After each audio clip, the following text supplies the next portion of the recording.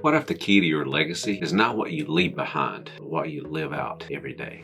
Today, we're going to dive into what are some of those essential habits that you need to have as a leader to make an impact and for you to live out your legacy on a daily basis. Welcome back to the Legacy Leaders Lounge, dedicated to helping ambitious leaders just like you build a lasting legacy. I'm Miles Threat, and today we're going to discuss those essential habits that you need to create so you can build that lasting legacy. If you're that leader out there today and you're ready to scale your career, or maybe you have a passion to launch your own nonprofit, or it could be time for you to finally kickstart that entrepreneurial dream that you've been waiting and holding back on for way too long. If that's you, you're in the right place right now. But before we start to dive in, make sure you hit that like button and subscribe to my channel. Also, stick around to the end for a free offer that I have for you that will help you kickstart your journey to building that lasting legacy. So why is it so important for you to even be thinking about and planning how to build that lasting legacy? And what are we really talking about? Because when I talk about legacy, it's more than leaving behind wealth and finances. It's what you leave in people. It's all about how you impact. I'm not opposed to leaving them wealth and financial gain, but I also believe it's all about the impact you make in the lives of those that are closest to you, those people you love and care about the most, those family members, those friends. How are you influencing and impacting them? What kind of legacy are you leaving in them? And that legacy starts with your faith. How is your faith impacting it? For me, that is my faith in Jesus Christ and my relationship with God and how I live that out. Am I perfect about that? No, I'm not. I fall way short most of the time, but it is a daily practice of something I'm trying to leave behind and influence those that are closest to me at the same time. And that spills over into serving other people, serving those I love the most, but also serving those that are in need and hurting. I spent a career doing that. That's why I talk about nonprofit work. That's why I'm looking for those leaders out there who have that passion, they want to serve others, and they have a dream to launch your own nonprofit. And that's part of the legacy that you want to build. But it's also about family and relationships and creating those close-knit, loving relationships. And I know it can be tough. It's not like my family is perfect. It's not like we don't have our own problems within my own family. But we strive to create those relationships and experiences and time together so that we can have that close-knit family connection. And for me, when I think about that, it's also about creating those memories together, having those fun moments, planning those trips, having those activities, doing things together that we all enjoy doing. And legacy is also about financial and time freedom. You look at the world today, you look how busy you are. I know if you're a corporate leader out there and you're working really hard and you're putting in those 50-hour weeks, maybe 60-hour weeks, and you're getting that paycheck and maybe you're climbing that corporate ladder. If you're not having time with family and not getting time with them, then you're not making that kind of influence impact that you want to leave behind. Are you building wealth? Yeah, that's great. But guess what? You're not making that impact and influence in your time. Now, if it's for a season, that's okay. But don't let it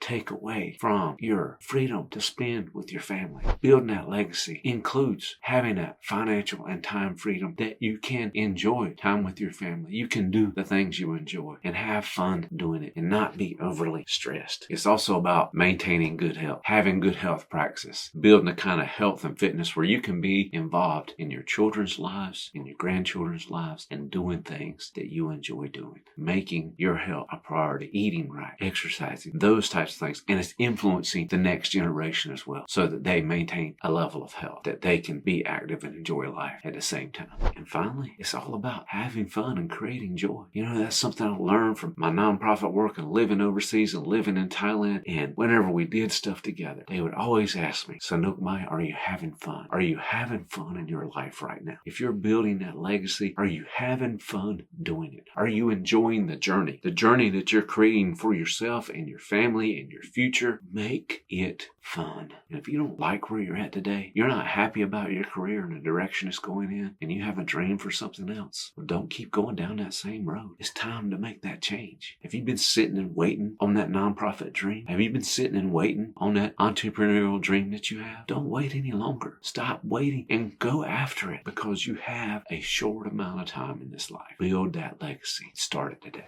Now, if you do these things, think about it. If you make your faith a priority, that's going to benefit you both both personally and professionally. It's going to help you stay focused. It's going to help you stay grounded when you have to deal with stress and other problems in your life. It's going to be there for you both professionally and personally. Same thing when you think about your fitness. It's going to help you perform at a better level, both professionally and personally. You're going to take care of your finances. That's going to take a huge amount of stress off of you. You have that financial freedom, that time freedom. That's going to benefit your professional life because you're going to get that time away. You're going to be able to think and plan and have new ideas because you're not so stressed out. But at the same time, it's going to bless you professionally because there again, you're not going to be stressed. You're going to be able to focus. You're going to be able to reflect, even when it comes with having those good relationships. If things are well at home and well with your family and well with your loved ones, you're going to be able to manage your life both professionally and personally. You're not going to have that stress of those relationship problems, or you're not going to feel guilty because you got to do some extra things, or you're feeling guilty being away from your family too much. And once you remove that guilt, you have that freedom, and that freedom will add to your creativity. That freedom will boost your momentum. That freedom will help you as you strive to accomplish those big goals and dreams that you have right now. And just imagine you made all of this a habit for yourself, and those that are watching you, your family, your friends, people that are close to you. Imagine how you might be influencing them. My guess is you really don't know right now, and the majority of us don't. But the reality is they're watching, they're paying attention, you're making an impact, you're influencing them. And if you live this way, you make these things a priority for yourself. You create that as part of your legacy for yourself and those that you love. It's going to impact their future. They're going to see you as an example. They're going to think back to that time. Yes, I saw my dad get up early every morning and go work out. I saw my dad read and pray and seek God. I saw my dad manage his finances. I saw him work hard, but he made time for us. He did things with us. We had fun together. We have these great memories. We had a good family. It's going to make an impact on that next generation, on those people you love the most. You see, when I look at the current leadership landscape, I feel like there's a great void out there. And really and truly, the statistics are lining up that there is. There's a huge void in the quality of leadership today in organizations across the globe. It's statistically proven right now that there has been a 17% decline in leadership quality globally in the last decade. And you're seeing the impact on our society. All you got to do is look at the news. All you got to do is see where society is going right. And you can see quality of it continue to deteriorate and the impact it's making not only on our economy, but on our mental health and on life in general, and where society is heading right now. Outside of the decline in the quality of leadership, we're seeing more and more people come disengaged in their work. If you're an employer out there, you're a leader in the corporate space, right now, there's been a staggering 79% of employees who have quit their jobs due to a lack of appreciation. How hard is it to say thank you? How hard is it to show people appreciation for their efforts, for being consistent, just showing up, being on time, being there? How about when they do high quality work and they bring about change and make a difference? Are you showing them that you appreciate them, care about them? There's also a continuous surge in burnout among leaders. 72% of leaders today report feeling used up at the end of the day. And I can tell you why. Because the demands on the goals that they're trying to reach, they're feeling stress from that. They're feeling stress from their people. They're feeling stressed because they don't have enough people to do the work. They're feeling unappreciated. And when it comes to those millennials out there right now, one of the biggest needs that they have, and need from leaders in general and from organizations and from the business world, is they're looking for development opportunities. If you are not coaching, mentoring, providing development opportunities for your future millennial leaders right now, you are missing the mark. About 69% of millennials believe that their workplace lacks adequate leadership development opportunities. And all you got to do is create some coaching opportunities, create some mentoring programs, provide better training, get some keynote speakers and coaches and trainers to come in and help them grow and develop in their leadership role. That's what you got to do. You want to build a lasting legacy. Think about those things, not only for yourself, but for your organizations, for your business. You want to be that entrepreneur out there and you want to grow a business and you want to have a team and have team members. You want to get millennials on your team. You better be willing to coach and mentor them. You want to watch out for burnout. You want to show them appreciation. So I've covered a lot about what I mean about legacy. Talked a little bit about what we're missing as far as leadership is concerned right now. There's two principles I want to go back to when I talk about legacy. And those two core principles are your faith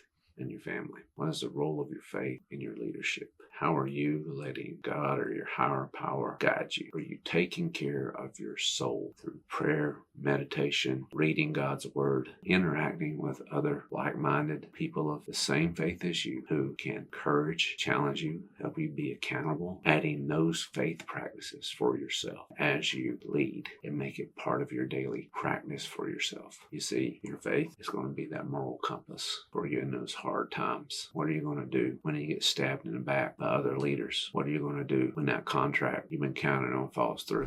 Just this past week, I was promoting a member on my team to a team leader role. 2 candidates that deserved it. I only had 1 role available. Only 1 slot I could fill with this right now. They both deserved it. Outside of my faith and prayer and asking for guidance, I set up a few other things. Had some evaluations, a grading scale, got feedback from other people, and realized at the end of the day, it was so close. I really had to be very critical in how I made my decision. That's not normal for me, but also made it part of prayer practice. Ask God for guidance and direction and wisdom in making a decision, because that decision impacts my work. It impacts that person too. And I brought that into my faith practice, in my decision-making process. That's how I did. What does it look like for you? The other core principle I want to dive into, give you more of an example of, is family.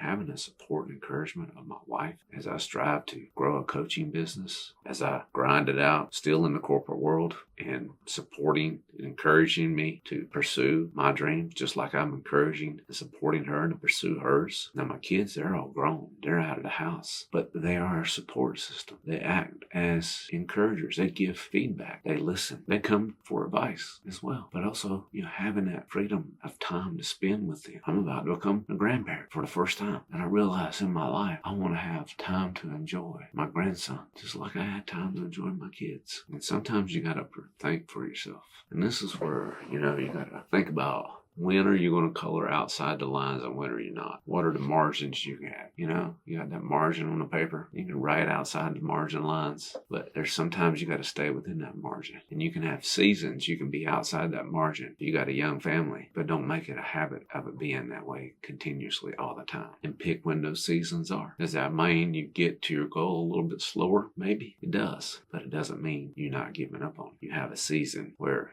you stay really tight within that margin, where you make your family more of a priority than that business dream, than climbing that corporate ladder, than launching your nonprofit. You got to determine when those seasons are. And that should be something that you and your significant other discuss and talk about and agree upon. And when you can involve your family in the journey, make them part of the process and include them in it, they become your support system. They become your biggest cheerleaders. They see themselves as a part of this dream as well. When I think about my family and making them part of my support network, when I was running my own nonprofit work, living overseas, working in Thailand, I had a lot of control over my schedule. A lot more than you have on those of you that are in the corporate world. Now, I'm in the corporate world right now. A lot more freedom. And one of the things I enjoyed about that was that I could involve my family in some of the things I did. We had a work project team come in. We were partnering with Habitat of Humanity of Thailand. We were building a house in a poor village, and we went and did that as a whole family. Spent a week doing that every day. It was during the kids' summer break from school, and we made it part of their experience. There was another time my son made a comment about he didn't know what I did for a living. He knew I was his dad, and he remembered I was a lifeguard at one point.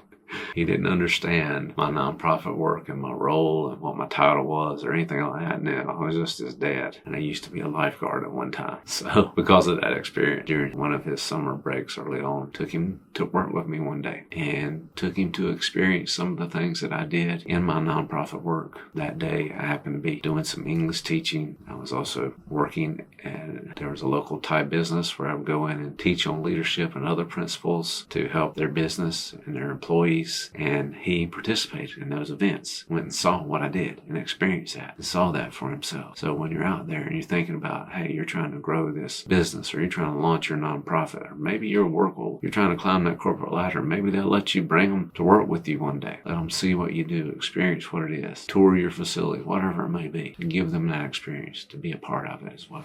Now that we've covered the 2 core principles of faith and family for building a legacy, let's dive into what are some of those essential habits habits you need to put into place to build that lasting legacy. The first habit we're going to cover is continuous learning. You have to have a mindset of lifelong learning. Whatever you're doing in your career right now, or whether it's your goal to launch that nonprofit or kickstart your entrepreneurial dream, what are the skills, knowledge, what industry is it in? You need to make learning those skills, staying abreast, staying up to date on trends in that industry, staying up to date on what other businesses similar and like yours are doing. Whether that means you're reading, whether it means you're listening to podcasts, whether you're following a thought leader somewhere in that space. Maybe you just want to improve on your leadership right now, and you're making that a priority, and you're signing up for some online courses, maybe, or you're meeting with a coach, a mentor. Maybe you're just doing some learning, self-paced learning that you're creating for yourself. One of the things I'm doing for myself right now is trying to learn how to use AI better. Reading a book. I listen to YouTubes on a regular basis about trends in business, trends in the nonprofit space. I do a lot of leadership development. There again, I'm looking at what are the major thought leaders in my space. What are they talking about right now? And what can I learn from that? And how can I apply that to myself and those people I'm trying to develop? What are the strategies you're going to put into place for yourself as you notice trends happening, or maybe you're seeing an opportunity and right now you need to dive into that trend or that opportunity that you see. And maybe it's being done in another industry and you need to learn from them and how they're implementing it. Whether you learn from it online or you read about it, or maybe you ask someone in that space. But you got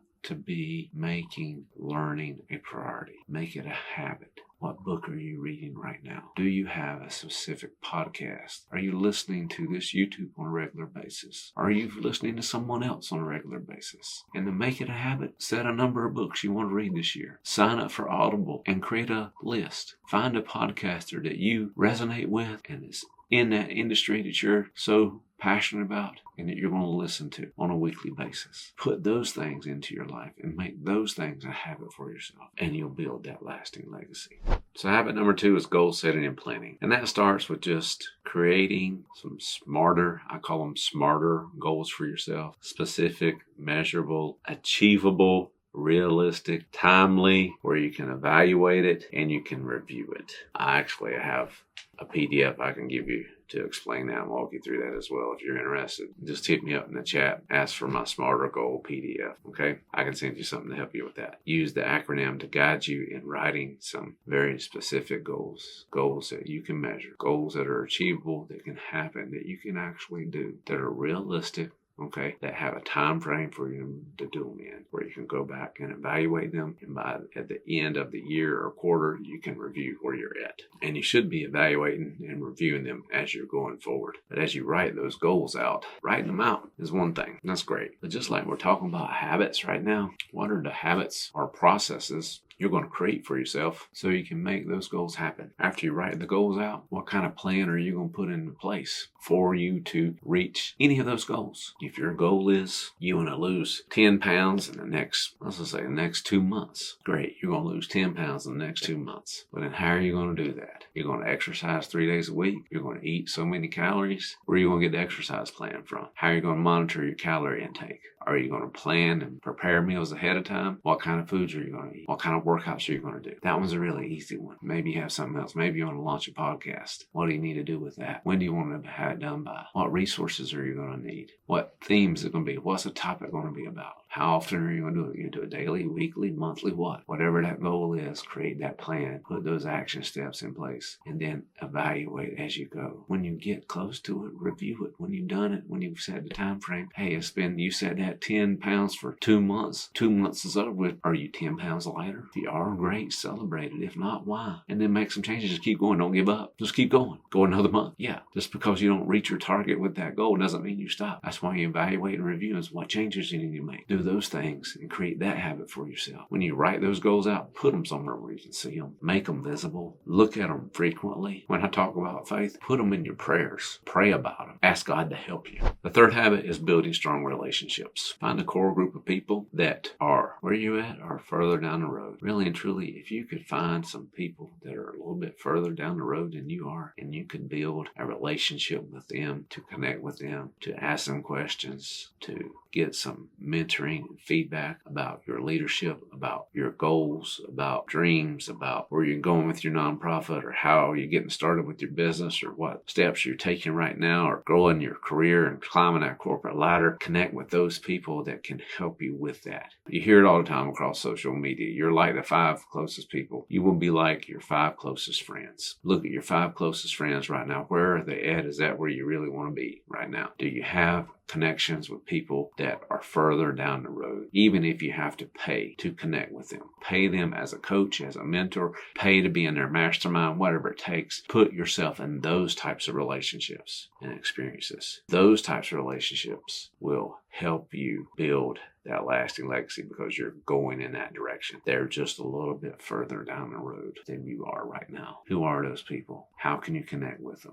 Even if it means you have to pay to connect with them. Invest in yourself in that way. The fourth habit is practicing gratitude and empathy. Simple practice for gratitude. Just write down on a daily basis, or speak it out loud, 3 to 4 things you're grateful for every day. You're grateful for your health. You're grateful for your relationships. You're grateful for your dog. I'm grateful for my motorcycle, or being able to go play golf on a golf course, or I'm grateful for the time I had in my devotion. Could be anything under the sun. I'm grateful that the sun's out today. I'm grateful I got a roof over my head. I'm grateful I'm alive. What is it for you? Be consistent about it and express that gratitude. And if you write it down, it's going to help you. You can verbalize it out loud, but you can also write it down. Write it in your journal. And anybody does something for you, tell them thank you. Show appreciation. Encourage somebody. You start out with that mindset of gratitude, it's going to flow over into other people. And that gratitude is going to impact those around you, because they're going to see that you have a grateful heart, your grateful personality. Another one is just be empathetic. Put yourself in people's shoes. And I told you earlier about having to make that decision about that promotion. And I had 2 quality candidates, and I tried to put myself in their shoes, to be in their situation as I tried to make this decision and make the best decision possible. And I felt like they both deserved it. And I put myself in their shoes of what it would be like to get it and what it'd be like not to get it. And that helped me think through how I could make it as equitable, fair as possible. And that was me being empathetic, even when I had to share the news with them, thinking about what it would be like to be in their shoes. I've been on that side of the table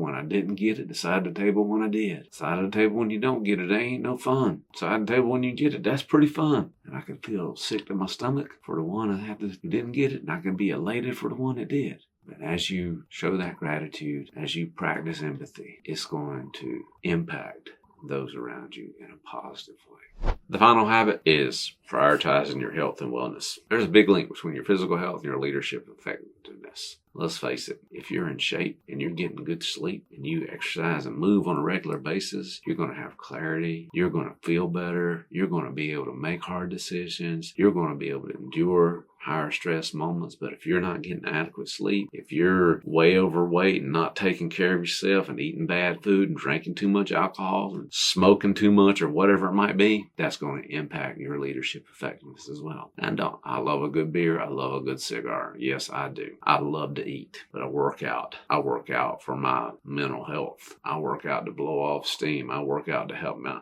brain to stay clear. The other priority for me is sleep. I got to get my rest. If I get my rest, I'm going to be able to function at a higher level. I'm going to be able to think clearly. I'm going to be more creative. That's why I do those things. I build it into my schedule, into my life. It is a habit for me. It is a habit for me to food prep, to plan my meals, to think about it on the weekend. What am I going to be eating next week? What are those meals going to look like, and how can I prep on myself? Or I'm prepping on myself right now. But then when am I going to work out? I know it. I'm working out Monday, Wednesday, and Friday, whether I like it or not. Friday, I still did it. I didn't want to do it. I was was tired. I was beat. Really and truly, all I wanted to do was drink a beer and smoke a cigar. But I still went and got my workout done because it was a habit. And I tell you, and I promise you that when you go do those things on those days that you don't feel like it, you will feel better about yourself. And it will make you feel better because you accomplished something, because you overcame yourself. So make it a habit to take care of yourself. Make your physical health, your mental health, your wellness a priority by exercising, sleeping, and eating right. So we just covered the 5 essential habits for you to build that lasting legacy. We talked about the importance of your faith and your family. We covered what we meant by legacy. And we also looked at the need we have for good leadership right now. Where are you going to start with building your lasting legacy? Are you going to start with your faith? Or are you going to start with your family? What habit are you going to develop for yourself right now? When you think about those habits that we covered, do you need to work more on your learning? How about it? Is it your goal setting or planning? Could it be your relationships? You need to improve on them a little bit right now. Maybe you ought to be practicing some gratitude or empathy, or it could be your health and wellness. But which one are you going to start to do right now? If you don't do any of these at this point in time, do not feel like you got to start all of them. Pick one. Pick one and start doing it. Create a plan for yourself. How are you going to do it? When you're going to do it? How often you're going to do it? And start making it a habit. You get comfortable with that one, then you add another one. And continue to follow that process. You get comfortable with the second one, you're being consistent with it, add a third one, and keep doing it that way until you have all 5 of them, and they become part of your life. So if you're serious about building your lasting legacy, and you really want to climb that corporate ladder, or launch your nonprofit dream, or kickstart your entrepreneurial journey right now, and you know you need and want some personal guidance, sign up for a free discovery call with me. It's in the description below. I'll provide you with a link. Use that link. Get registered today. I'll be glad to work with you. Don't forget to like this video if you found it helpful. Subscribe to the channel and hit that bell icon for future insights on building that lasting legacy. Remember, building a lasting legacy, it's a journey, not a destination. Stay committed. Stay inspired and keep leading with purpose. Thanks for joining me today. I'm Miles 3, and until next time, keep striving for excellence.